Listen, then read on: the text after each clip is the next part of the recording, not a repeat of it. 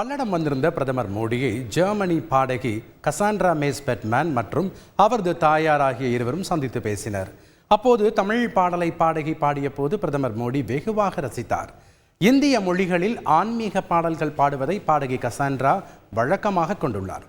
இவரை பற்றி பிரதமர் மோடி மனதின் குரல் நிகழ்ச்சியில் குறிப்பிட்டுள்ளார்.